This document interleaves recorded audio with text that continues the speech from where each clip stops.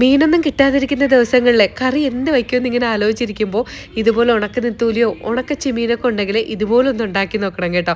ഉണക്ക നെത്തോലി ഒരു അരമണിക്കൂർ വെള്ളത്തിൽ ഇട്ട് കഴിഞ്ഞാൽ അതിന് ഈസി ആയിട്ട് നമുക്ക് അതിൻ്റെ മുള്ളു കളഞ്ഞെടുക്കാവേ. ഉണക്ക ചെമ്മീനാണെങ്കിൽ അതിന് 4-5 പ്രാവശ്യം കഴുകി അരിച്ചരിച്ച് വേണം എടുക്കാൻ. അതിൽ ചെറിയ മണൽ കാണും കേട്ടോ. അപ്പോൾ കഴുകിയെടുത്ത നെത്തോലിയിലോട്ട് ഒരു കൈ നിറച്ച് ചെറിയുള്ളി എടുത്തിട്ടുണ്ട്. അതും നീളത്തിനരിഞ്ഞത്, ഒരു 3-4 പച്ചമുളക്, ആവശ്യത്തിന് വെള്ളം. ആവശ്യത്തിനെന്ന് പറഞ്ഞാൽ ഇതൊന്ന് മുങ്ങിക്കിടക്കാൻ കണക്കിനുള്ള വെള്ളവും കൂടെ ഒഴിച്ചിട്ട് നന്നായിട്ട് അങ്ങ് തിളപ്പിച്ച് വറ്റിച്ചെടുക്കണേ. ആ സമയത്ത് നമുക്ക് ഇതിനുള്ള അരപ്പ് റെഡിയാക്കാം. അതിന് വേണ്ടിയിട്ട് തേങ്ങ, ഒരു 2-3 ചെറിയ ഉള്ളി, ലേശം മഞ്ഞൾപ്പൊടി, ഒരു 1/4 സ്പൂണോളം മതിയാവും കേട്ടോ.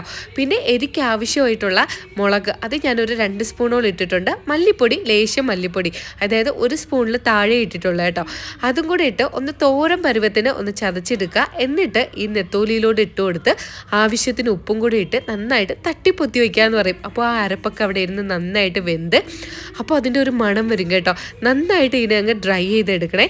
ആ തേങ്ങയുടെയൊക്കെ പച്ചമണമൊക്കെ മാറി ഇതൊരു നല്ല മണം വന്ന് കഴിയുമ്പോൾ നമുക്ക് വെളിച്ചെണ്ണയിൽ കടുകും വറ്റൽമുളകും കറിവേപ്പിലും ഇട്ട് കടുക് പൊട്ടിച്ച് ഒഴിച്ച് കഴിഞ്ഞാൽ നല്ല അടിപൊളി നെത്തോലി തോരൻ റെഡിയായി. ഇതുപോലെ തന്നെയാണ് ഉണക്കച്ചെമ്മീനും.